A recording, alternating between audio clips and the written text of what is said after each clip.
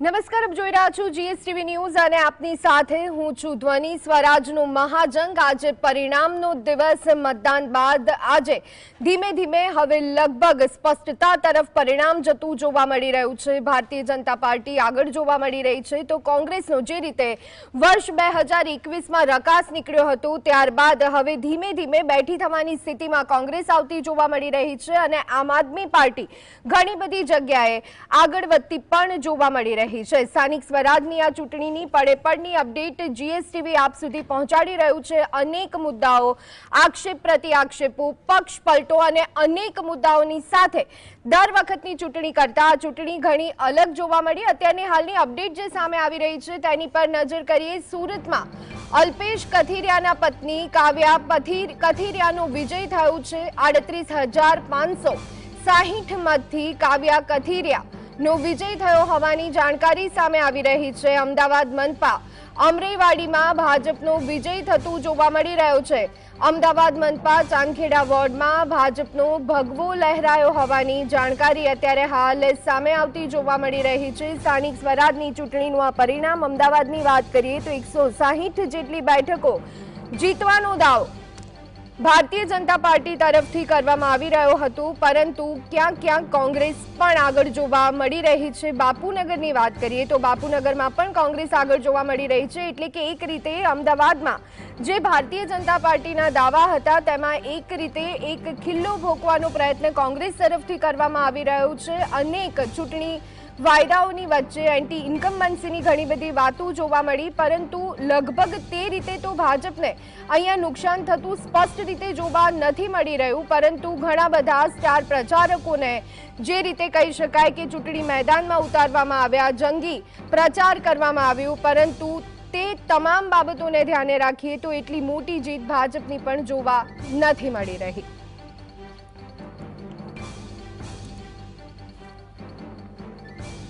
તો અમદાવાદ મહાનગરપાલિકામાં અમરેવાડીમાં ભાજપનો વિજય થતો જોવા મળી રહ્યો છે.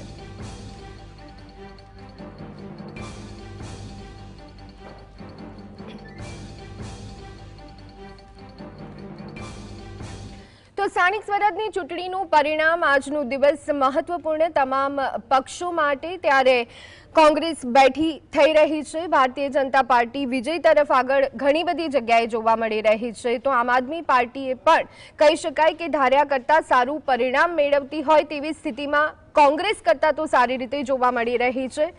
આ જ તમામ મુદ્દાઓ પર ફરી એક વખત ચર્ચાને આગળ વધારીએ. આ ચર્ચા માટે અત્યારે હાલ આપણી સાથે જોડાયા છે દિલીપ પટેલ અને બિનીતા પરીખ, કે જેઓ બંને પોલિટિકલ એનાલિસ્ટ. બંને મહેમાનોનું સ્વાગત છે. દિલીપભાઈ, હવે લગભગ કહી શકાય કે 40-45% જેટલું પરિણામ સ્પષ્ટ થઈ ગયું છે. કેવી રીતે જોઈ રહ્યા છો? આમાં તો મને લાગી રહ્યું છે કે ભારતીય જનતા પાર્ટી મેક્સિમમ જે સ્થાનિક સ્વરાજ્યની સંસ્થાઓ છે એ જીતી જશે. થોડી ઘણી બાદ કરતાં બાકી મોટાભાગની જીતી જશે એવું ટ્રેન્ડ દેખાઈ રહ્યું છે. અલબત્ત જ્યાં લોકોની નારાજગી જોવા મળતી હતી, લોકોએ ભાજપના નેતાઓને ઘેરેલા હતા, આંદોલનો કરેલા હતા, એવી જે બધી બેઠકો છે ત્યાં ભાજપની મોટા પ્રમાણમાં હાર થઈ છે. બીજી જે હાર થઈ છે એ જ્યાં પક્ષપલટો કરીને ગયા છે તો ત્યાં પણ એ હાર દેખાઈ રહી છે. સૌથી નબળું અત્યારે જે કહી શકાય જિલ્લાઓમાં નબળું કહી શકાય તો એ ગીર સોમનાથ એક આપણે કહી શકીએ છીએ કે જ્યાં સારા એવા પ્રમાણમાં નબળું છે. બીજું ઉત્તર ગુજરાતના 2-3 જિલ્લાઓ એવા છે કે જ્યાં ભારતીય જનતા પાર્ટીની જે ધારણા હતી એના કરતાં ઓછી બેઠકો આવી છે. અમદાવાદમાં કેટલાક વિસ્તારો એવા છે કે જ્યાં કોઈએ કલ્પના નથી કરી, ત્યાં પણ કોંગ્રેસની જીત થઈ છે.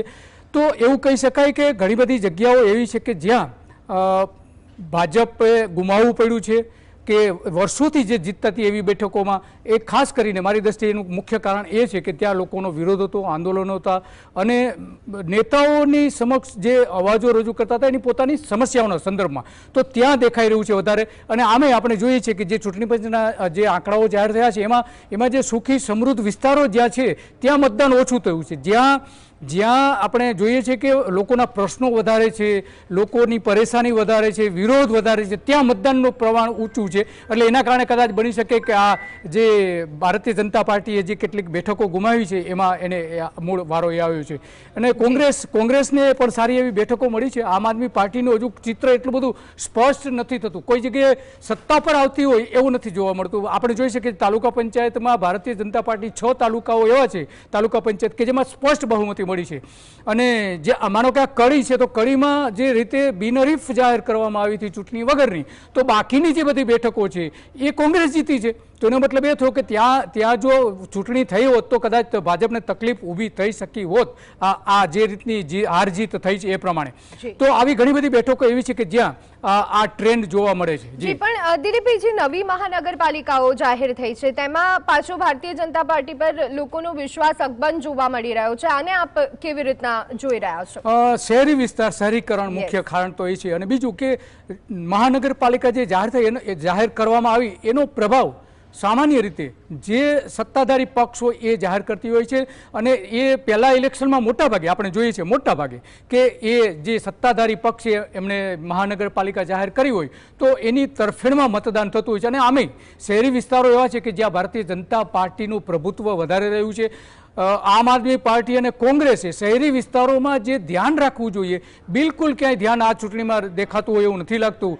છતાં પણ લોકોએ ઘણી જગ્યાએ મત આપ્યા છે સત્તાધારી પક્ષની વિરુદ્ધમાં, ઘણા બધાએ મત આપ્યા છે. પરંતુ મહાનગરપાલિકામાં અત્યારે કોઈ એવું સ્પષ્ટ ચિત્ર નથી કે જ્યાં કોંગ્રેસ સત્તા પર મેળવતી હોય કે આમ આદમી પાર્ટી સત્તા મેળવતી હોય. પણ ભારતીય જનતા પાર્ટીનું ચિત્ર સ્પષ્ટ છે કે એ મોટા ભાગે શહેરી વિસ્તારોમાં આગળ વધી રહી છે. જી, બિનીતાબેન, ચોક્કસ અહીંયા ભારતીય જનતા પાર્ટી જીત તરફ આગળ જતી જોવા મળી રહી છે, પરંતુ જે રીતે ભારતીય જનતા પાર્ટીની પેટર્ન રહી છે, જે રીતે એક્સપેક્ટેશન્સ રહી છે એ પ્રમાણે ડેફિનેટલી આ જીતથી કદાચ થોડી નાખુશ બીજેપી હશે.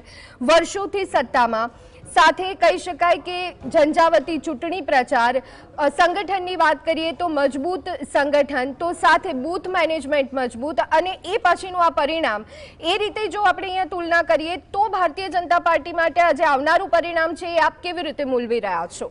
જો આટલા વખતથી સત્તામાં હોય એટલે કોઈ બી આપણે વિચારીએ કે એન્ટી ઇન્કમ્બન્સીનો ઇફેક્ટ થોડી તો રહેવાની. જે બી પાવરમાં હોય એ ત્યાં લોકો ક્યાંક તો દુઃખી થવાના જ એનાથી. એટલે એ એન્ટી ઇન્કમ્બન્સી વેવ તો છે જ. એના એ હોવા છતાં પણ બીજેપી આવી છે. 21 જેટલું સ્વીપ નથી મળ્યું ક્લીન, પણ એ એક્સપેક્ટ બી નહોતું કર્યું. બીજી વસ્તુ એ છે કે આ જે ઇલેક્શન છે ઇન ઇટસેલ્ફ બીજેપી જીતશે કે બીજેપી જીતવાનું છે એમાં કોઈ ડાઉટ નથી. કેવી રીતે જીતે એનું જ એનાલિસિસ છે. કારણ કે 2027ના ટ્રેન્ડ આપણને અત્યારથી પકડાય છે.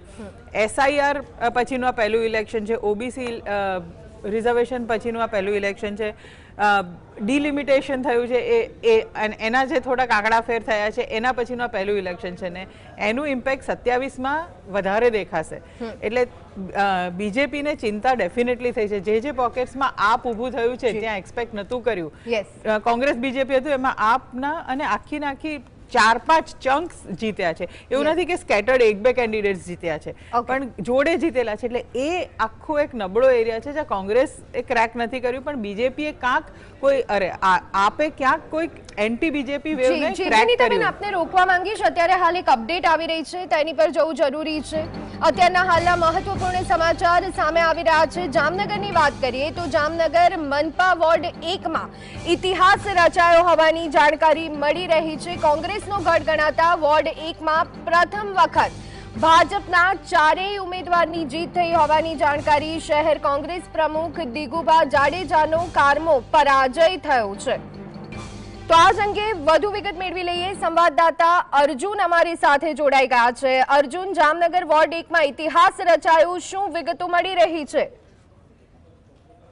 બિલકુલથી જામનગર વોર્ડ નંબર 1માં જે રીતે ભાજપનો જે પેનલનો જે વિજય થયો છે તેમાં જે આ વખતે છે તે ઇતિહાસ રચાઈ ગયો છે. કારણ કે વર્ષોથી જે આ કોંગ્રેસનો જે છે ત્યાં ગઢ ગણાતો હતો ત્યાં સુધી 8 દિવસ સુધી ત્યાં ભાજપની પેનલ ત્યાં સુધી ક્યારેય જીતી નથી. દર વખતે કોંગ્રેસની પેનલનો વિજય થાય છે, પરંતુ આ વખતે જે રીતે શિક્ષણ મંત્રી દિગુભા જાડેજા દ્વારા પણ જે ખૂબ પ્રયાસો કરવામાં આવ્યા હતા અને જે આ વખતે તેમની મંત્રીની મહેનત જે છે રંગ લાવી છે. અને ત્યારે હાલ જે ભાજપમાં જે ઇતિહાસ જે જામનગર શહેરમાં જોવા થયો છે કે જેમાં જામનગર વોર્ડ નંબર 1માં કે કોંગ્રેસનો જે કારમો પરાજય થયો છે, કોંગ્રેસ વોર્ડ નંબર 1 માંથી જે છે તે તેમના પ્રમુખ વિગુભા જાડેજા છે તે ચૂંટણી લડતા હતા, તેમનો પણ જે કારમો પરાજય થયો છે. સમગ્ર જામનગર શહેરના જો ચિત્ર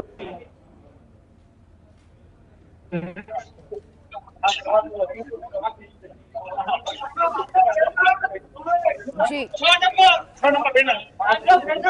વોર્ડ નંબર 10 અને વોર્ડ નંબર 1 માં અત્યારે ભાજપની જે હાલ કોંગ્રેસની એક પણ ખાતું જે છે તે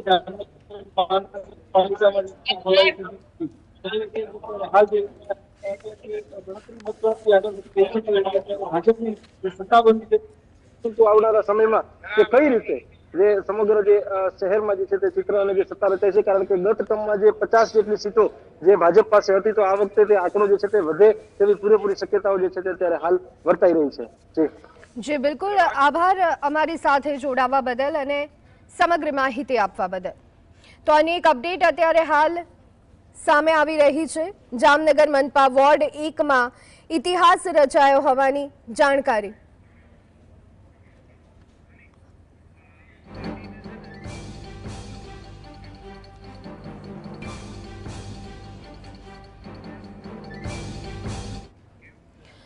તો વાત કરીએ અમદાવાદ મહાનગરપાલિકાની, તો અમદાવાદ મહાનગરપાલિકામાં અલબત્ત ભારતીય જનતા પાર્ટી આગળ જોવા મળી રહી છે, પરંતુ જે રીતે જીતના દાવા ભારતીય જનતા પાર્ટી દ્વારા કરવામાં આવી રહ્યા હતા, 160 બેઠકોનો દાવો, એ તમામ કહી શકાય કે દાવા પર ક્યાંક ને ક્યાંક ભારતીય જનતા પાર્ટી ખરી ન ઉતરી હોય તેવું પણ જોવા મળી રહ્યું છે. અમદાવાદ મહાનગરપાલિકાની વાત કરીએ તો ઘણી બેઠકો આશ્ચર્ય પમાડે તેવી રીતે તેની પર કોંગ્રેસ આ મજબૂતાઈથી આગળ વધતી જોવા મળી રહી છે, વિજયી જાહેર થઈ રહી છે. ત્યારે અમદાવાદની સ્થિતિ શું છે એ જાણવાનો પ્રયત્ન કરીએ. અમારા સંવાદદાતા વિરેન્દ્રસિંહ ભાટી અમારી સાથે જોડાઈ ગયા છે.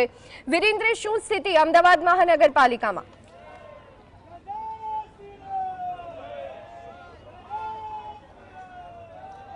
બિલકુલથી ધ્વનિ કે જે મતદાન છે તે યોજાયું હતું ને મતદાન બાદ આજે મતગણતરી છે તે થવાની હતી, અને વહેલી સવારથી જ જે ઉમેદવારો હતા તેમના કાર્યકર્તાઓ સાથે ગુજરાત કોલેજ ખાતે આવી પહોંચ્યા હતા. અત્યારે જીએસટીવીની ટીમ છે તે ગુજરાત કોલેજ ખાતે ઉપસ્થિત છે, અને જે સ્ક્રીન ઉપર દ્રશ્યો નજરે પડી રહ્યા છે ધ્વનિ, તે ચાંદખેડા વોર્ડના 4 જે ઉમેદવારો છે ભારતીય જનતા પાર્ટીના તે ઉપસ્થિત છે. તેની સાથે જો વાત કરવામાં આવે તો ચાંદખેડા વોર્ડની અંદર જે ભારતીય જનતા પાર્ટીની અત્યાર સુધી પેનલ છે તે 2 ટર્મથી જોવા નથી મળી રહી, પરંતુ જે કોંગ્રેસના ઉમેદવાર રાજશ્રીબેન છે તેમની અત્યારે 2 ટર્મ બાદ હાર છે તે થઈ છે. તેની સાથે સાથે જે ભારતીય જનતા પાર્ટી પેનલના જે 4 જે ઉમેદવાર છે તેમની સાથે વાત કરવી છે. પહેલા તો સૌપ્રથમ આપને ખૂબ ખૂબ અભિનંદન જીએસટીવી તરફથી. આપની પેનલની જીત થઈ છે, કેવું જોવો છો, કેટલો ઉત્સાહ અને આવનારા સમયમાં કેવા કામો કરશો? જ્યારથી ઉમેદવારો ડિક્લેર થયા હતા ત્યારથી જ પ્રજાની અંદર અને કાર્યકર્તાઓની અંદર તથા શુભેચ્છકોમાં અનેરો ઉત્સાહ જોવા મળી રહ્યો હતો, અને જે પ્રજાનો પ્રતિસાદ મળ્યો તથા અમારા શહેરના ભારતીય જનતા પાર્ટીના સંગઠન, પ્રદેશના સંગઠન અને રાષ્ટ્રીય સંગઠન તથા અમારા ધારાસભ્ય શ્રી અલ્પેશભાઈ ઠાકોર અને સંસદ સભ્ય એચ.એસ. પટેલ, નરહરીભાઈ અમીન સાહેબ, હર્ષદભાઈ પટેલ સાહેબ, એ બધાના માર્ગદર્શન અને કાર્યકર્તાઓના અથાગ પરિશ્રમ અને શુભેચ્છકોના આશીર્વાદથી અમે આ 4 ઉમેદવારો અને આજે કોર્પોરેટર બન્યા છીએ, અને 4ની પેનલ ખૂબ જંગી બહુમતીથી જીતી છે. બિલકુલથી જંગી બહુમતીથી જીત્યા છો. રીટાબેન રાજશ્રીબેનની સામે ઊભા હતા. રાજશ્રીબેન 2 ટર્મથી જીતી રહ્યા હતા. ખૂબ જ અસમંજસતા જેવું પણ રહ્યું હશે, કારણ કે ગઈકાલની રાત ઊંઘ પણ નહીં આવી હોય. સ્વાભાવિક છે કે આ સમયે ઊંઘ આપણી તો ઉડી જ જાય, પણ અમને અમારા ભારતીય જનતા પાર્ટીના શીર્ષ નેતૃત્વ, ધારાસભ્યશ્રીઓ, સાંસદશ્રીઓ, અમારું શહેર સંગઠન, અમારા વોટરો અને અમારા કાર્યકર્તાઓ પર પૂર્ણ વિશ્વાસ હતો કે આ વર્ષે ચાંદખેડાની જનતાએ મન બનાવી લીધેલું હતું કે અમારે વિકાસને વોટ આપવો છે, અને ચાંદખેડાની જનતાએ અમારા ભારતીય જનતા પાર્ટીને વિકાસને વોટ આપ્યો છે. બિલકુલથી વિકાસને વોટ આપ્યો છે તેવી વાત કરવામાં આવી છે. તેની સાથે સાથે આવનારા સમયમાં આપની પસંદગી થઈ ગઈ છે, મતદારો જે હતા તેમને તમને ચૂંટીને મોકલ્યા છે. ચાંદખેડા વોર્ડની અંદર એવા કેવા કામો બાકી છે કે જે આવનારા સમયમાં આપ કરશો? ચાંદખેડાની અંદર અત્યારે ખાલી એક પાણીનું પ્રેશર થોડું ડાઉન છે, એટલે એના માટે અમે પાણીનું પ્રેશર લોકોના સુધી પહોંચી જાય, જેથી પાણીની જે તકલીફો થાય છે એ ના થાય. બીજું કે ચાંદખેડામાં વિકાસમાં એવું કે અત્યારે અમારે જે સ્મશાન જેવી વસ્તુ છે, સ્મશાન પણ અત્યારે ડેવલપ એવું થઈ રહ્યું છે કે જ્યારે રિસોર્ટ જેવું બનતું હોય. અમે દરેક જગ્યાએ લેક બેક ખૂબ સરસ બનાવ્યું છે. જ્યારે સુવિધાઓની બાબતની વાત આવે તો નાના માણસને ક્યારેય પણ તકલીફ ના પડે. જે મોટા મોટા પાર્ટી પ્લોટમાં જઈને ખર્ચા કરવા પડે છે, ખર્ચા ઓછા થાય એ પ્રમાણેનું કામ અમે કર્યું છે અને હજુ આગળ પણ અમે કરતા રહીશું. બિલકુલથી જનતાની વારે જવાની વાત કરવામાં આવી છે. તેની સાથે સાથે જો વાત કરવામાં આવે ધ્વનિ તો અમદાવાદ શહેરની અંદર જે વહેલી સવારથી મતગણતરી છે તે શરૂ થઈ છે, તેની સાથે સાથે જો વાત કરવામાં આવે ધ્વનિ તો ઘણી ખરી જે જગ્યાઓ છે તે જગ્યાઓ ઉપર ભારતીય જનતા પાર્ટીની જીત થઈ રહી છે. તેની સાથે સાથે કોંગ્રેસ પણ કાંટાની ટક્કર છે તે આપી રહ્યું છે. અમુક અમદાવાદ શહેરની અંદર જે મહાનગરપાલિકા આવેલી છે તેની અંદર કહી ખુશી કહી ગમ જેવી સ્થિતિ છે તે અત્યારે સર્જાઈ છે. અમદાવાદની અંદર ગોતા વોર્ડ હોય, જોધપુર હોય, વાડજ હોય, ઈસનપુર હોય, તમામ જગ્યાઓ પર અત્યારે ભારતીય જનતા પાર્ટીની પેનલની જીત થઈ રહી છે. તેની સાથે સાથે જો પૂર્વ વિસ્તારની ધ્વનિ વાત કરવામાં આવે તો પૂર્વ વિસ્તારની અંદર બાપુનગર વોર્ડમાં જે 2 ભારતીય જનતા પાર્ટી તેમજ 2 છે તે કોંગ્રેસના ઉમેદવારો છે તેમની જીત થઈ છે. રીકાઉન્ટિંગની વાત છે તે કરવામાં આવી રહી છે. સમગ્ર અમદાવાદ શહેરની જો વાત કરવામાં આવે ધ્વનિ તો અમદાવાદ શહેરની અંદર જે જીએસટીવી દ્વારા પણ મતદારો બોલે છે નો કાર્યક્રમ છે તે કરવામાં આવ્યો હતો ને અમદાવાદ શહેરની અંદર ઘણી ખરી જગ્યાઓ ઉપરથી જે મતદારો છે, સમગ્ર જનતા છે તેની અંદર ક્યાંક ને ક્યાંક આક્રોશ છે તે જોવા મળી રહ્યો હતો. અમદાવાદની અંદર જે આ સ્થાનિક સ્વરાજની જે ઇલેક્શન યોજાયું તેની મતગણતરી થઈ, ઘણી ખરી જગ્યાઓ ઉપરથી રુઝાન છે તે આવવાના શરૂ થઈ ગયા, પરંતુ જે પાયાના પ્રશ્નો હોય છે તે પાયાના પ્રશ્નોનું નિવારણ ક્યારે આવશે તેના માટે આ ઉમેદવારોને ચૂંટીને મોકલતા હોય છે. પરંતુ હજી ઘણી બધી જે જગ્યાઓ છે, ઘણા વોર્ડો છે તેનું રુઝાન છે તે આવવાના બાકી છે. ઘણા ખરા જે વોર્ડ આવેલા છે તે ઘણા ખરા વોર્ડની અંદર ભારતીય જનતા પાર્ટી હોય કે કોંગ્રેસ પાર્ટી હોય તેની કાંટાની ટક્કર છે તે અત્યારે જોવા મળી રહી છે. ધ્વનિ જી આભાર વિરેન્દ્ર સમગ્ર માહિતી આપવા બદલ. તો અમદાવાદ મહાનગરપાલિકાનો અત્યારનો હાલનો ચિતાર શું છે તે જાણવાનો પ્રયત્ન કર્યો સંવાદદાતા વિરેન્દ્રસિંહ ભાટી પાસેથી. અમદાવાદ મનપા ચાંદખેડામાં ભાજપની પેનલની જીત થઈ છે. જે રીતે સંવાદદાતાએ વાત કરી, ઘણા બધા ઉમેદવારોની ગઈકાલની રાતની ઊંઘ હરામ થઈ હશે. સ્વાભાવિક છે, કારણ કે આજનો પરિણામનો દિવસ છે. આટલા સમયની મહેનત બાદ આખરે જનતાએ કોની પર વિશ્વાસ મૂક્યો છે તે સ્પષ્ટ થવા માટે આજનો દિવસ એ મહત્વપૂર્ણ છે અને એટલા જ માટે આજે એક પછી એક જગ્યાના પરિણામ સ્પષ્ટ થતા જોવા મળી રહ્યા છે. જીએસટીવી પડે પડની અપડેટ આપ સુધી પહોંચાડી રહ્યું છે.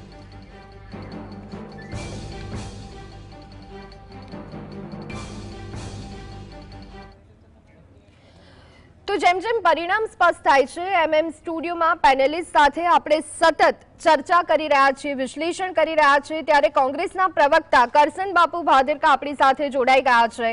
કરસન બાપુ, આપનું સ્વાગત છે. કેવી રીતે જોઈ રહ્યા છો જે પરિણામ ધીમે ધીમે સ્પષ્ટ થતું જોવા મળી રહ્યું છે? આપ પોતે જાતે કોંગ્રેસને કેવી રીતે મૂલવી રહ્યા છો? જી, પ્રથમ તો ભાજપને અભિનંદન જે પરિણામો છે એ પ્રમાણે. અને આ પરિણામો જોઈએ ને તો એમાં કંઈ બહુ નાસીપાસ થવા જેવું છે નહીં.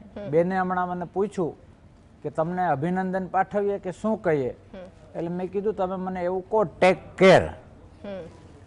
અને ગુજરાતને અને લોકશાહીને પ્રેમ કરનારા અને કોંગ્રેસના કાર્યકર્તાઓ અને તમામ નેતાઓને હું કહું છું, કોઈ ચિંતાનું કારણ નથી. Take care. હોસ્પિટલમાં દાખલ હોઈએ તો દિવસે દિવસે થોડું થોડું સારું થતું જાય તો આશા જીવંત હોય છે અને એ જ વ્યક્તિ પાછો ફૌજી બનીને લડતો હોય છે. પરિણામો સ્પષ્ટ કરે છે કે ડે બાય ડે રિકવરી સારી છે, પરિણામોમાં પણ રિકવરી સારી છે. લોકશાહીની અને જે ભાજપ અને એમની વેન્ટિલેટર આમ આદમી પાર્ટી દ્વારા જે આભાસ ઊભો કરવામાં આવ્યો અને એ આભાસને દૂર કરીને છેવાડાના વ્યક્તિ સુધી વાસ્તવિકતા સમજાવવામાં આપણે જેટલા સફળ થયા એ વધુ પ્રયત્ન કરીશું તો વાસ્તવિકતા વધુ સુધી પહોંચાડીશું અને લોકશાહીનું જતન કરી શકીશું. એટલે કોઈ ચિંતાનું કારણ છે નહીં. અને તમારા માધ્યમથી બીજેપીને પણ હું આધ્યાત્મિક રીતે એ કહેવા માગું છું કે બીજાની હારની મજા લેવા કરતાં પોતાની જીતનો આનંદ લઈએ તો આવતીકાલ વધુ સારી હોય છે. પણ અમને કોઈ ચિંતા એટલા માટે નથી કે પૂરેપૂરી આશા છે કે જે પોઝિશન માનો કે આવડી મોટી આ લોકોની ગવર્મેન્ટ, તંત્રનો દુરુપયોગ, દાદાગીરી, ઘણા બધા શબ્દ પ્રયોજનો વાપરી શકાય, પૈસાની રેલમછેલ, એમ પણ એવું બધાના સરવાળો કરવા છતાં એક ડમી પાર્ટી આમ આદમી પાર્ટીને બીજેપી દ્વારા મૂકવામાં આવી, એમ છતાં પણ સારું છે, એ આવતા સારા ભવિષ્યની નિશાની છે અને કોઈ ચિંતાનું કારણ નથી. જી ભાદરકા બાપુ, 3 પોઈન્ટ યાદ કરાવીશ જે આપણે લાસ્ટ ડિબેટમાં પણ ચર્ચા કરી હતી. જે શબ્દ માટે તમે મને કહ્યું હતું, હવે શું કહેશો? આત્મચિંતન મંથન કરવાની કોંગ્રેસને કેટલી જરૂર? સાથે બીજી એક વાત, ગઈ વખતે આપે કહ્યું હતું માવતર પાર્ટી કોંગ્રેસ છે અને એ માવતર પાર્ટી આજે બેઠી થવા માટે લડાઈ કરી રહી હોય, એના માટે આપનું શું કહેવું છે? અને આપની વાતમાં જે ઈવીએમ છૂટી ગયું એના માટે આપ શું કહેશો? ઈવીએમ ને ચોકડી મારો, ચિંતન ને ચોકડી મારો, મંથન ને ચોકડી મારો.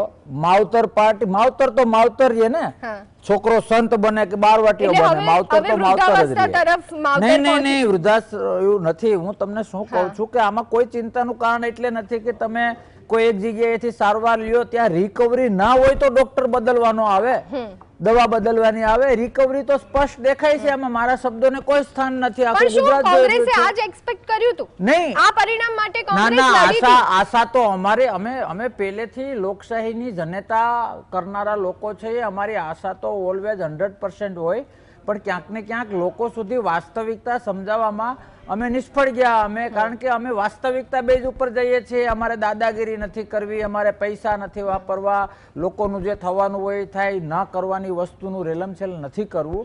પછી અને એ તો કોઈ પણ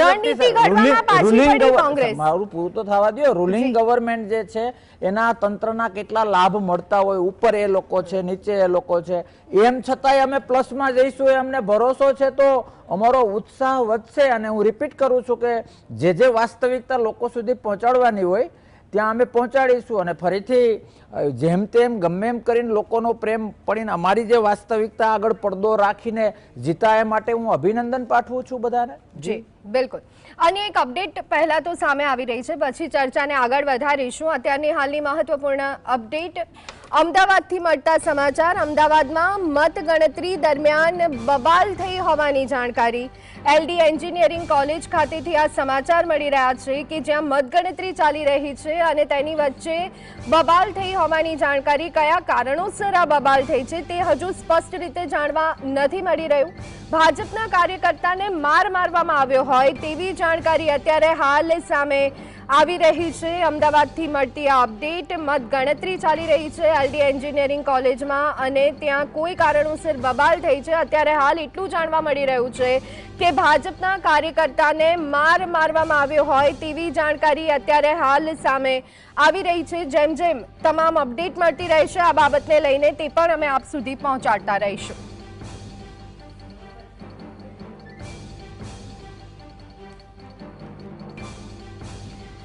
તો સ્થાનિક સ્વરાજની આ ચૂંટણી પરિણામનો આ દિવસ ધીમે ધીમે સ્પષ્ટતા તરફ આપણે આગળ જતા જોવા મળી રહ્યા છીએ. કોંગ્રેસ માટે કહી શકાય કે સ્થિતિ એ જોવા મળી રહી છે કે જે રીતે વર્ષ 2021માં કોંગ્રેસની ભૂંડી હાલત થઈ હતી, ત્યાર પછી હવે ધીરે ધીરે બેઠી થતી આપણને કોંગ્રેસ જોવા મળી રહી છે. પરંતુ જે રીતે જંગી પ્રચાર કરવામાં આવ્યો હતો, જે રીતે એક આખું વાતાવરણ બીજેપી તરફથી ઊભું કરવામાં આવ્યું હતું, ત્યારે ઘણી બધી જગ્યાઓ એવી છે કે જ્યાં પરંપરાગત બેઠકો પરથી પણ બીજેપીએ હાથ ધોવો પડી રહ્યો છે. અમદાવાદની મોટા શહેરોની જો વાત કરીએ ને એમાં પણ અમદાવાદની જો વાત કરીએ તો ભાજપનો ગઢ ગણાય છે અને ત્યાં 100 સીટ બેઠકો માટેનો દાવો એ કહી શકાય કે સાવ હવાઈ વાત ભાજપ માટે નહોતી. પરંતુ તેમ છતાં ઘણી પરંપરાગત બેઠકો પર અમદાવાદ મહાનગરપાલિકામાં પણ કોંગ્રેસ આગળ જોવા મળી રહી છે.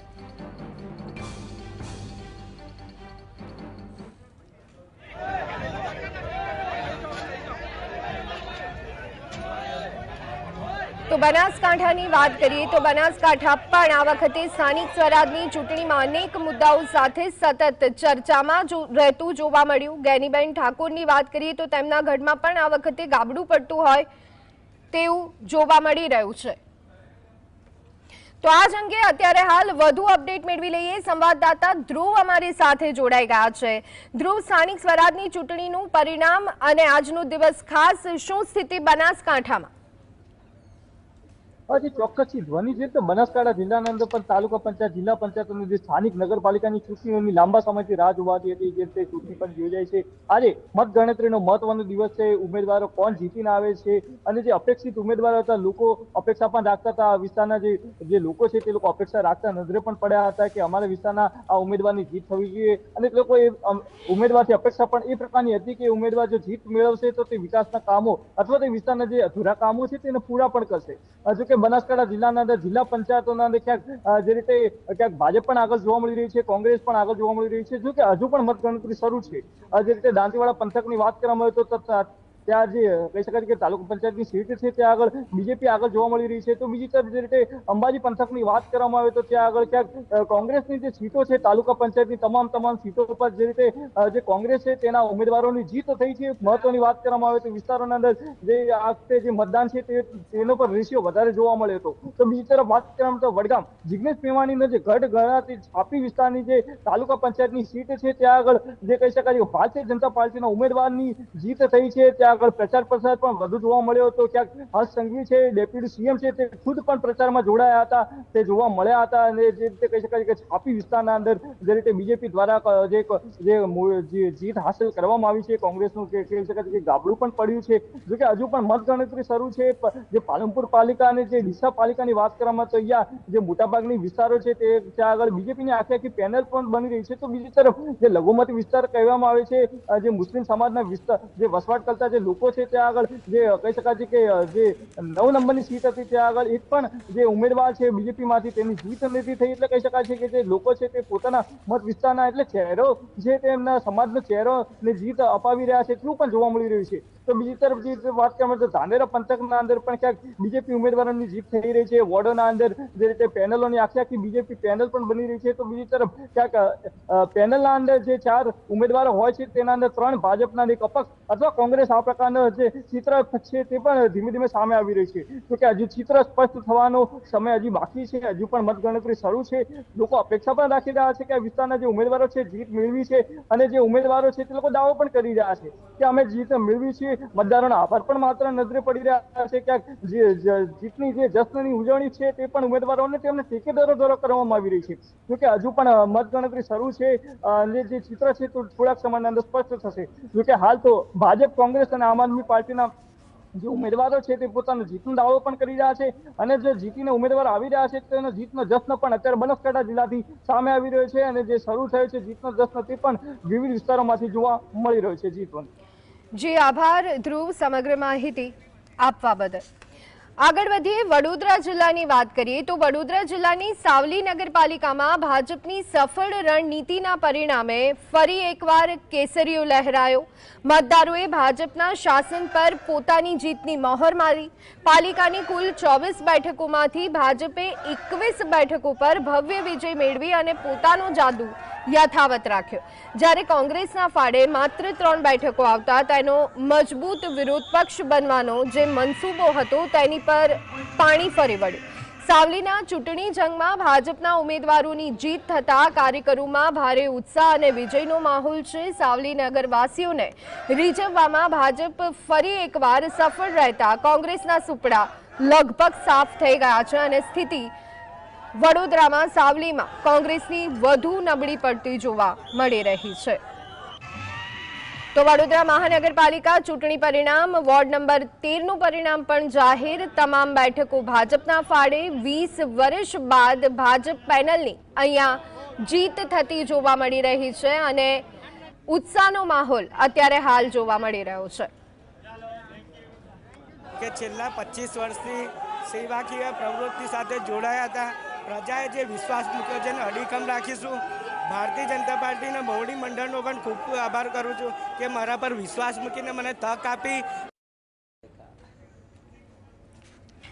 તો પંચમહાલની શહેરા નગરપાલિકાની ચૂંટણીમાં ભાજપે તમામ 28 બેઠકો પર ભવ્ય વિજય મેળવી અને છેલ્લા 20 વર્ષથી ચાલતું પોતાનું એક હથ્થું શાસન બરકરાર રાખ્યું છે. ઉલ્લેખનીય છે કે કુલ 28 બેઠકોમાંથી 17 બેઠકો અગાઉ જ બિનહરીફ જાહેર થઈ હતી, જ્યારે બાકીની 11 બેઠકો પર પણ આજે ભાજપના ઉમેદવારો વિજેતા બનતા કોંગ્રેસ, આપ અને અપક્ષ ખાતું સુદ્ધા ખોલાવવામાં નિષ્ફળ સાબિત થયા છે। આ ક્લીન સ્વીપને પગલે ભાજપના કાર્યકરો ફટાકડા ફોડી, ગુલાલ ઉડાડી અને વિજયની જોરદાર ઉજવણી કરતા નજરે પડી રહ્યા છે।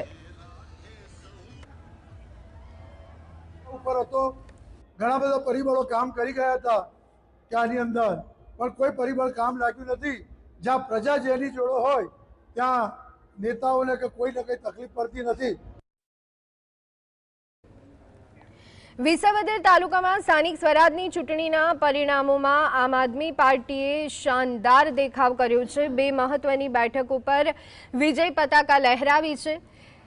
કાલસારી જિલ્લા પંચાયત બેઠક પરથી આપના લોકપ્રિય ઉમેદવાર રાજુભાઈ પાટડિયાએ જીત મેળવી અને વિરોધીઓને પછડાટ આપી અને મને પહેલો સાથ આપ્યો। આ રાજકારણમાં હજી મારો પક્ષ છે અને આમ આદમી પાર્ટીને હું બહુ જ બિરદાવું છું। અને બીજું કે અમારે કાલસારી સીટના કાર્યકર્તાઓ અને આખા વિસાવદર તાલુકાના કાર્યકર્તાઓ 18 વરણે મારી સાથે રહી અને જે મહેનત કરી છે, આજ એની મહેનત રંગ લાવી છે। તો રાજકોટ મહાનગરપાલિકાના કુલ 18 વોર્ડની 72 બેઠકોના ભાવિનો ફેસલો કરવા માટે આજે સવારથી જ મતગણતરી કેન્દ્ર પર કડક પોલીસ બંદોબસ્તની સાથે મતગણતરીની શરૂઆત। સૌપ્રથમ પોસ્ટલ બેલેટ બાદ હવે ઈવીએમ મશીનોના મતોની ગણતરી હાથ ધરાતા ઉમેદવારોના હૃદયના ધબકારા વધી રહ્યા છે। તો બનાસકાંઠાની વાત કરીએ તો બનાસકાંઠાના દાંતામાં આદર્શ નિવાસી આશ્રમ શાળા ખાતે મતગણતરી શરૂ થાય તે પહેલા જ કોંગ્રેસ અને આપના કાર્યકર્તાઓએ હેમરાજ રાણા ગણતરી કેન્દ્રની અંદર હોવાનો આક્ષેપ કરી ભારે હોબાળો મચાવ્યો। આ મામલે કાર્યકર્તાઓ અને પોલીસ વચ્ચે ગેટ પર જ રકઝકના દ્રશ્યો પણ સામે આવ્યા, જેના કારણે વાતાવરણ તંગ બન્યું। જો કે હેમરાજ રાણા અંદર હોવાના કોઈ પુરાવા ન મળતા આખરે મામલો થાળે પડ્યો અને વહીવટી તંત્ર દ્વારા મતગણતરીની પ્રક્રિયા શાંતિપૂર્ણ રીતે શરૂ કરવામાં આવી। હાલ સ્થિતિ કાબૂમાં છે। સુરક્ષા વ્યવસ્થા વચ્ચે મતગણતરી ચાલી રહી છે। અમદાવાદમાં ચૂંટણી પ્રક્રિયા દરમિયાન ભાજપના કાર્યકર્તાઓએ પોલીસ દ્વારા તેમની સાથે ગેરવર્તન કરવામાં આવ્યું હોવાનો ગંભીર આક્ષેપ કરી ભારે હોબાળો મચાવ્યો। કાર્યકર્તાઓનું કહેવું છે કે અન્ય પક્ષના લોકોએ ચૂંટણી આચારસંહિતાનો ભંગ કરી પક્ષના ખેસ પહેર્યા હોવા છતાં તેમની સામે કોઈ જ કાર્યવાહી કરવામાં આવી નથી। આ પક્ષપાતી વલણ સામે રોષ વ્યક્ત કરતા ભાજપના કાર્યકર્તાઓએ સ્થળ પર જ વિરોધ પ્રદર્શન કરી ન્યાયની માંગ કરી। આ સમગ્ર મામલે ભાજપના કાર્યકર્તાઓએ બાઇટ આપી અને પોતાની નારાજગી વ્યક્ત કરી અને કાયદાકીય મર્યાદાના પાલનનો મુદ્દો ઉઠાવ્યો હતો। પ્રતિસાદ લોકોનો જે જન સમર્થન, જે આશીર્વાદ મળ્યો એ કદાચ કોઈએ કલ્પના નહીં કરી હોય કે ઓર્ડર વિસ્તારમાંથી આ લેવલનો લોકોનો જન સમર્થન અને પ્રતિસાદ મળશે, પરંતુ અમને વિશ્વાસ છે કે અમારા દ્વારા કરવામાં આવેલી જે કામગીરી, લોકહિતના મુદ્દાઓ, પ્રજાના પ્રાણ પ્રશ્નો માટે જે અમારી ચલાવેલી લડતો, એના પરિણામ સ્વરૂપે ઓઢવની જનતા એકજૂટ થઈ અને આ ચૂંટણી એ ઓઢવની જનતા વર્સિસ ભારતીય જનતા પાર્ટી હતી, ત્યારે મને વિશ્વાસ છે કે ઓઢવની જનતા જીતશે। તો સ્થાનિક સ્વરાજની ચૂંટણીના પરિણામનો આ દિવસ અલગ અલગ જગ્યાએથી જે અપડેટ મળી રહી છે તે અમે આપ સુધી પહોંચાડી રહ્યા છે। ફરી એકવાર પેનલિસ્ટ સાથે ચર્ચાની શરૂઆત કરીએ। દિલીપભાઈ, આપની પાસે આવવા માંગીશ। ઘણા બધા મુદ્દાઓ આ વખતે ચર્ચામાં તો રહ્યા, પરંતુ શું લાગે છે અહીંયા કોઈ મુદ્દા ન ચાલ્યા, માત્ર એન્ટી ગવર્મેન્ટ, પ્રો ગવર્મેન્ટ, આ બે જ મુદ્દા ધ્યાને લેવાયા હોય, શું આપને લાગી રહ્યું છે? જો એક તો આપણે હમણાં વાત કરી કે જ્યાં વિરોધ હતો લોકોનો, ત્યાં પરિવર્તન દેખાઈ રહ્યું છે। એટલે કે લોકો નારાજ હતા સરકાર જે રીતે કામ કરી રહી હતી એનાથી, અથવા તો સ્થાનિક સરકારો જે રીતે કામ કરી રહી હતી એનાથી, તો ત્યાં એ એક જોવા મળે છે। પણ આમ જે જનતામાં વિરોધ જોવા હોવો જોઈએ કે નહીં, કે હવે સત્તામાં આપણે પરિવર્તન કરવું છે, એ નથી જોવા મળતું। પણ એના અમુક ચોક્કસ પોકેટ એવા છે કે જ્યાં આ જોવા મળે છે। માનો કે સોમનાથ, ગીર સોમનાથ છે, તો સોમનાથ મંદિર જ્યાં એનું જે કોરિડોર બનાવવામાં આવી રહ્યું છે, તો ત્યાં જે બુલડોઝર ફેરવવામાં આવ્યા હતા, તો ત્યાં નારાજગી સ્પષ્ટપણે દેખાય છે। ગઈકાલે અમિત શાહ ત્યાં મંદિરે દર્શન કરવા ગયા હતા અને ત્યાં જ ભારતીય જનતા પાર્ટીના 3 મહત્વના નેતાઓને ત્યાં હાર થઈ છે। એક તો ભગા બારડ જે છે એના ગામમાં હાર થઈ છે, એના પોતાના ગામમાં, ધારાસભ્યના ગામમાં। બીજું ત્યાંના જે નગરપાલિકાના પ્રમુખ હતા એ હારી ગયા છે અને બીજી 4-5 ઘટનાઓ ત્યાં એવી બની છે કે જે ભારતીય જનતા પાર્ટી માટે મોટો સેટબેક કહી શકાય. તો આવા જ્યાં વિરોધ થતો હતો ત્યાં આપણે જોઈ શકીએ છીએ કે આ પ્રકારની ઘટનાઓ બની છે અને બનવું જ જોઈએ, કેમ નહીં. પણ સૌથી મને મોટી આશ્ચર્ય એ જોવા મળી રહ્યું છે આ ચૂંટણીમાં કે ખેડૂતોના મોટા પ્રમાણમાં આંદોલનો હતા, ખાસ કરીને વીજ લાઈનો જે નાખવામાં આવી રહી છે કંપનીઓ દ્વારા, કચ્છના ખાવડાથી લઈને જામનગરથી. તો એ જે આખા રૂટમાં જે ખેડૂતો વિરોધ કરતા હતા, ખેડૂતોએ રેલી કાઢી હતી, પોલીસની સામે આક્ષેપો કરતા હતા, સરકારની સામે આરોપો મૂકતા હતા અને આંદોલનો થયા. દ્વારકા અને કચ્છમાં તો સૌથી મોટા આંદોલન થયા, ઉત્તર ગુજરાતમાં પણ થયા. પણ ત્યાં મને એક પણ જગ્યાએ એવું નથી હજી જોવા મળ્યું કે જે એ ખેડૂતોએ એની સરકારની વિરુદ્ધ મતદાન કર્યું હોય અથવા તો ત્યાં બેઠકો હારી ગયા હોય એવું જોવા નથી મળ્યું. તો આ એક થોડું આશ્ચર્ય થઈ રહ્યું છે. એક બાજુ વિરોધ કરવામાં આવી રહ્યો છે તો બીજી બાજુ ત્યાં આ સરકારના જે પ્રતિનિધિઓ એટલે કે ભારતીય જનતા પાર્ટીના જે પ્રતિનિધિઓ છે ત્યાં ચૂંટાઈ રહ્યા છે. તો આ એક મને જોવા મળી રહ્યું છે. બીજું ઘણું બધું છે. અર્જુન મોઢવાડિયાના એનું જે પોતાના મોઢવાડા ગામ જે છે તો એ ગામમાં હાર થઈ છે. રાજુ કરપાડા જે છે તો એ એક બેઠક ઉપરથી હારી ગયા છે. તો આવા સેટબેક આપણે જોઈ શકીએ છીએ, ખાસ કરીને જ્યાં પક્ષાંતર કરીને બીજા પક્ષમાં એટલે કે ભારતીય જનતા પાર્ટીમાં ગયા છે એ એવા ઘણા બધા પોકેટ એવા છે કે જ્યાં એ પક્ષાંતર કરનારની હાર થયું અથવા તો એણે જે ટિકિટની ભલામણ કરી હોય ત્યાં હાર થઈ હોય એવી પણ 8 થી 10 ઘટનાઓ બની છે. તો એનો મતલબ ઘણો બધો નીકળી શકે છે. તમે પક્ષાંતર કરો, આવો, તમે જે કંઈ સોદાબાજી કરી લીધી એ કરી લીધી, પણ તમને રાજકીય રીતે તો નહીં જ જીવા દઈ, એનો મતલબ આપણે આ કાઢી શકીએ છીએ. તો આ આખી જે ઘટનાઓ બને છે એ ઘટનાઓમાં મને આ 4-5 બાબતો એવી છે કે આ અત્યારનું જે રીતે કાઉન્ટિંગ થઈ રહ્યું છે, જે પરિણામો આવી રહ્યા છે, આખરી ચિત્ર તો હવે તો ખરેખર પરિણામ આવે ત્યારે જ છે, પરંતુ અત્યારે ક્લીન સ્વીપ તો મને દેખાઈ રહ્યું છે ભારતીય જનતા પાર્ટી માટેનો છે. બિલકુલ બિલકુલ. વિનીતાબેન, અહીંયા દિલીપભાઈએ વાત કરી કે ખેડૂતોના બહુ ઘણા આંદોલન થયા અને કોંગ્રેસે કદાચ આ વાતને ધ્યાનમાં લીધી, આક્રોશ યાત્રા પણ કાઢી, પરંતુ એવા અનેક જગ્યાએથી દ્રશ્યો સામે આવ્યા કે અલગ અલગ મુદ્દાઓને લઈને વિરોધ થયા પણ તેમ છતાં ત્યાં બીજેપી જ જીતી. અહીંયા આખરે કયા સમીકરણો કામ કરી રહ્યા છે? એક તરફ જોરદાર વિરોધ અને ફરી એક વખત એ લોકો પર જ વિશ્વાસ. જનતા શું વિચારે છે? હિસાબ નથી માંગી રહી અથવા તો અહીંયા અન્ય કોઈ પક્ષોને ઓપ્શન તરીકે જનતા નથી ગણી રહી?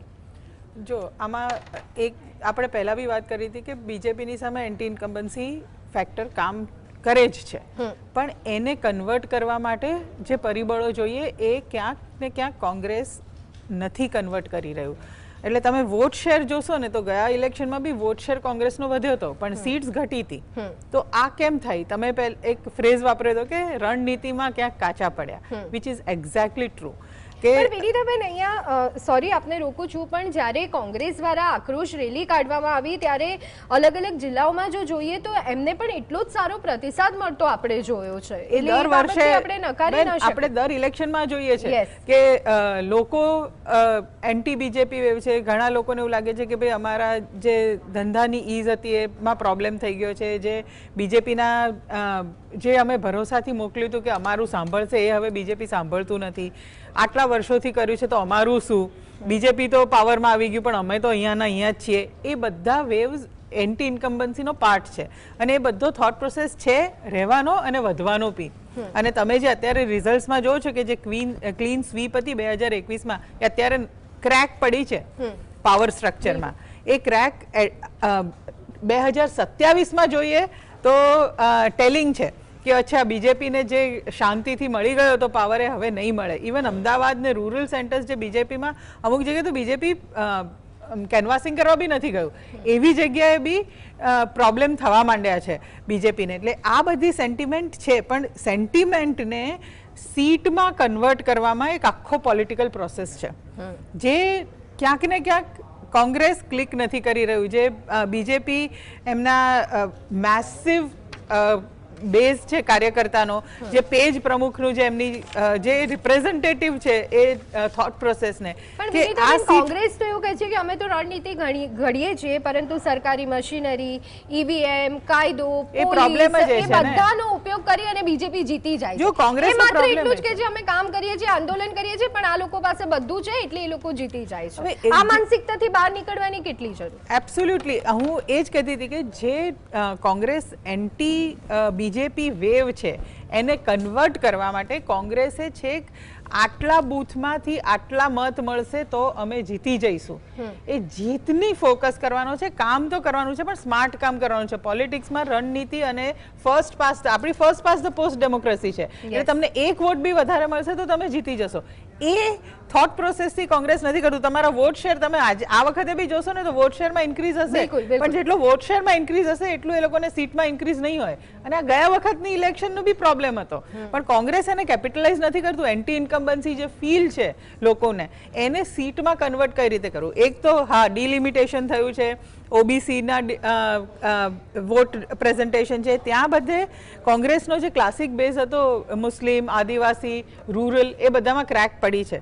તો પણ એ તો બધાને ખબર હતી. તો એને કાઉન્ટર કરવા માટે જે થોટ પ્રોસેસ જોઈએ, પોલિટિકલ અને હાર્ડકોર પોલિટિકલ થોટ પ્રોસેસ છે, આમાં કેનવાસિંગ નથી, આમાં કોઈ મશીનરી કામ નથી આવતી. અને બીજો એક મુદ્દો કે ભાઈ BJP goes with a face, કે તમે જો બીજેપીને વોટ આપો છો તો તમે નરેન્દ્ર મોદીને એન્ડોર્સ કરો છો. એ રીતે કોંગ્રેસ નથી. કોંગ્રેસની થોટ પ્રોસેસ પહેલેથી કોઈ સ્ટ્રોંગ ફેસ નથી, લોકલ ફેસીસ છે. અને એ લોકોની રણનીતિ જે રહે છે પોલિટિક્સમાં કે અમે અમારા કેન્ડિડેટ્સ પણ યોગ્ય ના કહેવાય ને કે તમે દરેક ઇલેક્શનમાં તમારી પાસે એક ચહેરો છે અને તમે એના નામે જ વોટ માંગો છો. એ બીજેપી માટે બી વડાપ્રધાન નરેન્દ્ર મોદી, અમિત શાહ એમને પ્રેઝન્ટ કરી અને દરેક ઇલેક્શનમાં એ જ ચહેરા પર વોટિંગ કરવું, તો તમે સ્થાનિક લેવલ પર શું કરી રહ્યા છો? If it works why fix it? જો એ કામ કરી રહ્યું છે, લોકશાહી માટે ખતરારૂપ સાબિત થઈ શકે છે લાંબા ગાળે જોઈએ તો. યસ, ઇન્ટેલેક્ચ્યુઅલ ડિસ્કશન માટે બધી આપણે ડિસ્કસ કરી શકીએ, પણ હકીકત તો એ છે કે અને એનું કાઉન્ટર બી છે. આઈ એગ્રી કે લોકશાહી માટે નથી, પણ એનું કાઉન્ટર એ છે કે જે કેન્ડિડેટને બીજેપીની લીડરશિપ એન્ડોર્સ કરે છે એ બીજેપી પોતે જ ચેક કરીને પછી આપે છે, એમને કોઈ એરાગેરાને નથી આપી શકતા. પણ BJP is equal to Narendra Modi અને Narendra Modi is equal to BJP. આ ડેફિનેશનમાં જો બીજેપી રહેશે તો કદાચ લાંબા ગાળે બીજેપીના હાલ પણ ખરાબ થઈ શકે. ઇનફેક્ટ કરસન બાપુ આપણી પાસે છે. કરસન બાપુ, તમે બંને પોલિટિકલ એનાલિસ્ટને સાંભળ્યા, હવે આપનું શું કહેવું છે? ના, આમાં છે ને ગુજરાતની જનતા બહુ શાણી છે. અને પણ ખડગે સાહેબ તો કંઈક અલગ જ કહે છે. એનું તો અર્થનો અનર્થ કરે. આ બોટલ ને બદલે કે બીજો કોઈ કઈ કહે તો એમ એ લોકો એ બધું ઓકે જ હતું કે શા માટે તમે છેતરાવશો એ સંદર્ભમાં માંગી છે એમણે. જી, એ તો આ થાય તો કરવું પડે લોકશાહીમાં. ગુજરાતની જનતા ખૂબ શાણી છે અને એમને ખબર છે કે વેવાણ શબ્દ છે ને, આપણે વેવાણ પસંદ ના હોય ને તો પેલો લાડવો એને ખવડાવી દેવાય એટલે દીકરી દુખી ના થાય, દીકરીને હાચવા કરે. એમ ગુજરાતની જનતાને ખબર છે કે અહીંયા સ્ટેટમાં આ લોકો છે, ઉપર આ છે, તો આ ઇલેક્શનમાં આ થોડુંક હાચવી લઈએ, નહીં તો આ લોકો લોહી પીશે. એક ભાગ એ છે. બીજો ભાગ સાંભળી તો લો, મારું પૂરું તો થવા દો. બીજી વાત એ છે કે હું ગામડામાં મોટો થયો, ઓજત નદીને કાંઠે ત્યાં મોટા મોટા પથ્થરો હોય, એમાં અમુક પથ્થરો તોડવામાં હથોડા મારવા પડે. આ રિઝલ્ટ સ્પષ્ટ કહે છે કે એટલા વર્ષથી જે અમે લોકશાહીને બચાવવા માટેના પ્રયત્નો કર્યા, હથોડા માર્યા, બારીક તિરાડ તો દેખાય છે રિઝલ્ટના આંકડાઓ જોઈને. અમે છાતી ઠોકીને કહી કે 27માં 2 ભાગ થઈ જાય, સાચો ભાગ ટકશે, કોંગ્રેસ થશે, કારણ કે ઢીલા પડ્યા છે.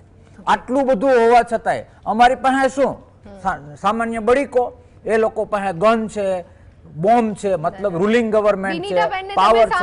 વિનીતાબેનને તમે સાંભળ્યા, એમણે કહ્યું કે હાર્ડકોર પોલિટિકલ મેનેજમેન્ટ જોઈએ, ત્યારે જઈને અને તમે બેને જે વાત કરી, મોદી સાહેબ ગટર સાફ કરવા આવવાના, મોદી સાહેબ મોરબીમાં બરોડામાં જે લોકો મરી ગયા છે એને બચાવવા આવવાના.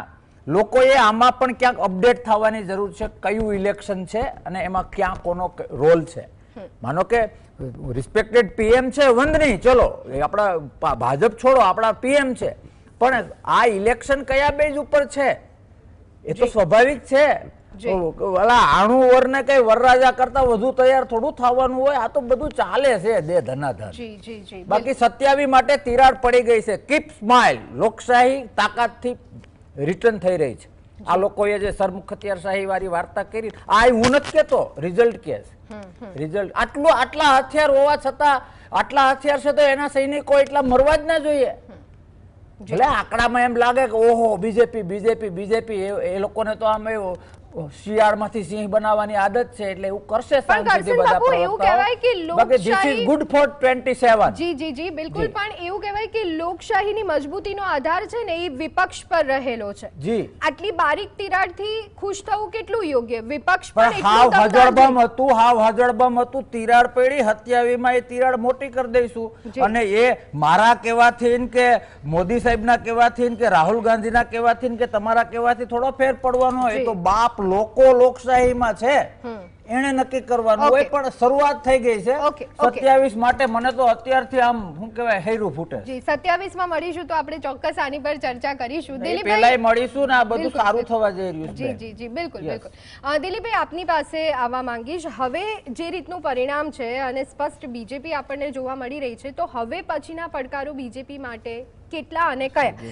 કારણ કે બધાને ભેગા તો કર્યા છે બરાબર પણ એમાંથી બી કોઈને મેયર બનવું હશે ડેપ્યુટી મેયરની આશા સ્ટેન્ડિંગ કમિટી ચેરમેનની આશા આ બધાને સાચવવા એ બીજેપી માટે કેટલો પડકાર રહી શકે અત્યાર સુધી તો સાચવેલા છે એકાદ કિસ્સાને બાદ કરતા જૂનાગઢમાં એક જે એકાદા કિસ્સો બનેલો હતો માણાવદરની આપણે ગોપાલ ઇટાલિયાને જીતાડવા માટે જે પક્ષપલટો કરીને ગયા હતા કોંગ્રેસમાંથી ભાજપમાં એમણે જીતાડવા માટે એને મદદ કરી હતી તો આવી એકાદ ઘટના છૂટી છવાઈ જોવા મળે છે પરંતુ એને કઈ રીતે કંટ્રોલમાં રાખવા એ અમિત શાહ સારી રીતે જાણે છે નરેન્દ્ર મોદી સારી જાણે છે કંટ્રોલ રાખે છે આપણે ઘણી બધી બેઠકો જોઈ છે જે પક્ષપલટુઓ હતા એના મત વિસ્તારમાં એના ગામમાં ભાજપ હારી ગયું છે એટલે હરીસો બતાવી દે છે એવું કંઈ નથી કે નથી કરતા પણ કંટ્રોલ એક એક નેતાઓની સામે રાખે છે બોલકા નેતાઓ પણ ત્યાં જઈને બિલાડી બની જાય છે તો આ એક જોવા મળે છે કે પાર્ટી ઉપર જે કંટ્રોલ હોવો જોઈએ એ કંટ્રોલ પૂરેપૂરો હોય છે એટલે મને નથી લાગતું કે એમાં બહુ કંઈ ફેરફાર થાય કારણ કે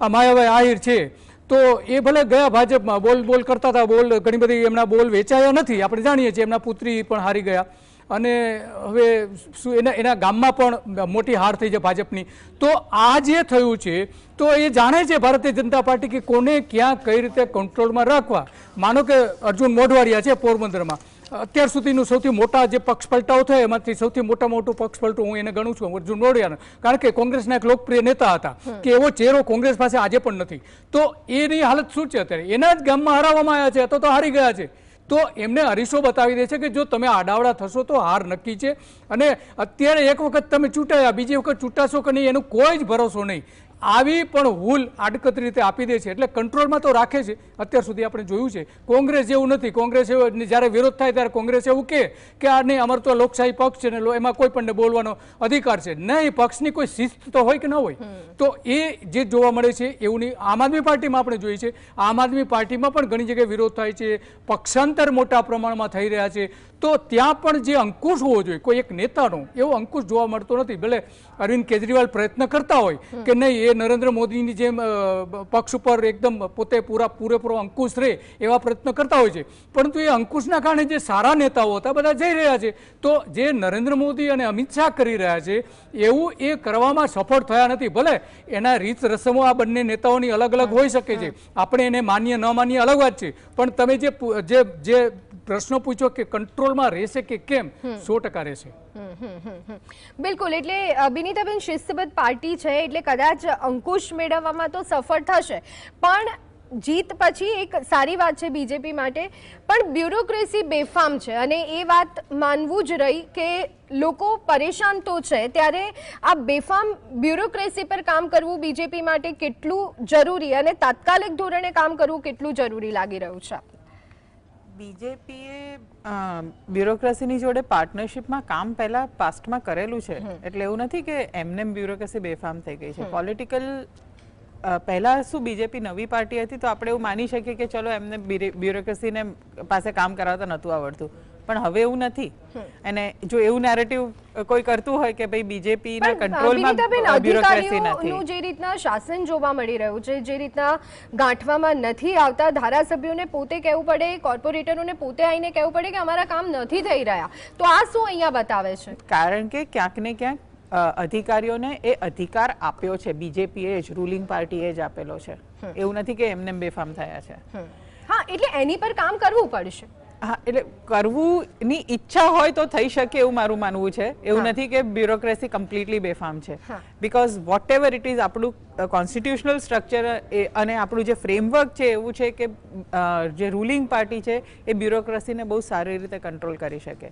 પ્રોબ્લેમ એ છે કે જે રિપ્રેઝેન્ટેટિવ્સ છે બીજેપીના, જે વાત કરી કે લોકલ સ્ટ્રેન્થ કરતાં એન્ડોર્સમેન્ટથી આવેલા બી ઘણા છે, એટલે બ્યુરોક્રેસીને એમના પર માન જ નથી, તો એ સાઇડલાઇન થાય છે.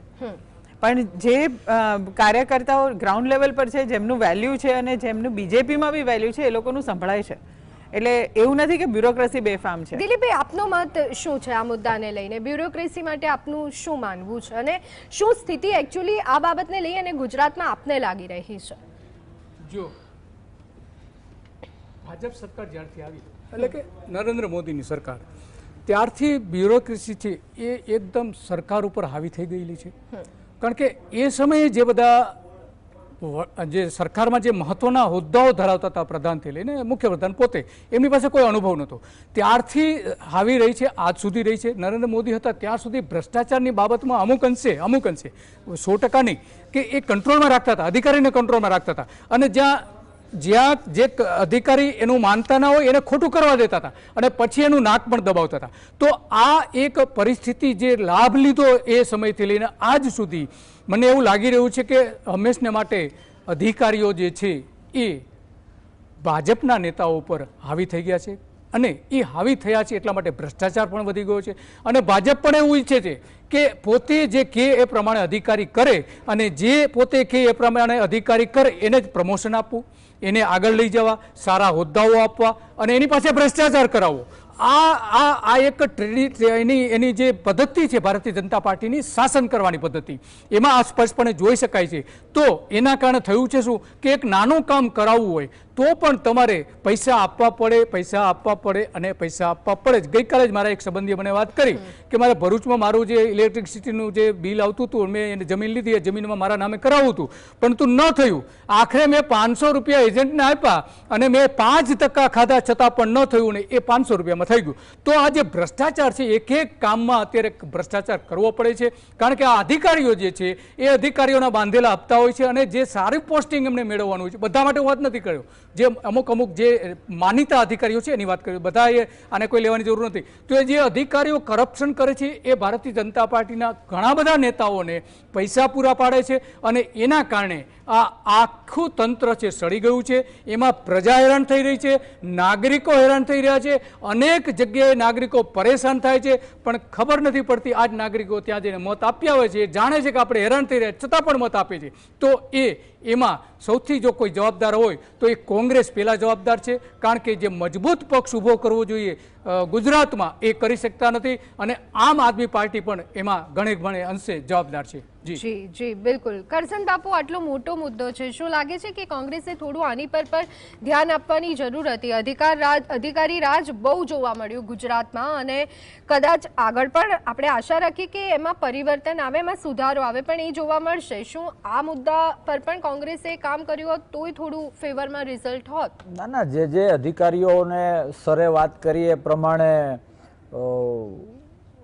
એનો અમુક રીતે કામ કરવા દીધા. એમાં વણઝારા સાહેબથી લઈને ઘણા બધા આઈપીએસ, આ તે ઘણું બધું છે, એ તો લાંબુ થઈ જાય. અને એ રીતનું આખું એક રીતસરની દાદાગીરી કરવામાં તો આવે છે. પણ એ બાબત અને આજના પેલા બાબતે આપણે વિચારીએ ને બેન, તો એક બાબત સમજવા જેવી છે કે કોઈના હાથમાં બિસ્કિટનું પેકેટ હોય અને કોઈ ડોગને બિસ્કિટ ખવડાવી રહ્યું હોય તો આપણે એવું માની લઈએ છીએ કે વાહ, આ ડોગ લવર છે.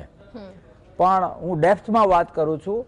બિસ્કિટનું પેકેટ હાથમાં લઈને ડોગને હું બિસ્કિટ ખવડાવતો હોઉં અને જો કોઈ કેમેરો મારું મૂલ્યાંકન એવું કરે કે હું ડોગ લવર છું, તો એ સનાતન સત્ય નથી. શક્ય છે કે મને એ ડોગ બાઇટનો ડર લાગતો હોય અથવા ડોગને કંટ્રોલ કરવા માટે હું બિસ્કિટ ખવડાવતો હોઉં.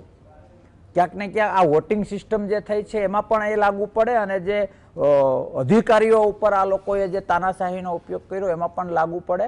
જનતાએ એ સમજવાની જરૂર છે કે રિયલમાં ડોગ લવર છે કે પોતાની સેફટી માટેનું છે. લોકશાહીમાં લોકો જ્યારે આ સમજી જશે ત્યારે 100% લોકશાહી પ્રેમી લોકો ગાંધીનગર અથવા દિલ્હી આવશે. જી.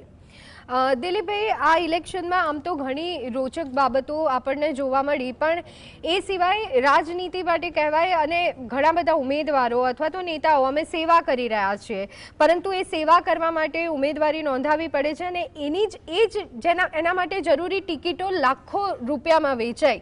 તો આ બાબત પર હવે અંકુશ આવવો એ કેટલો જરૂરી છે? સેવા કરવી છે ને એના માટે તમે લાખો રૂપિયા આપી અને ટિકિટો ખરીદી રહ્યા છો અને કરોડો રૂપિયા ચૂંટણી પ્રચારમાં ખર્ચ પણ કરી રહ્યા છો. બિલકુલ. તો સ્વાભાવિક છે કે કોઈ પણ જે નેતા છે એ જ્યારે એની પાછળ ખર્ચ કરતું હોય તો એને એ મૂડી રોકાણ ગણતા હોય છે.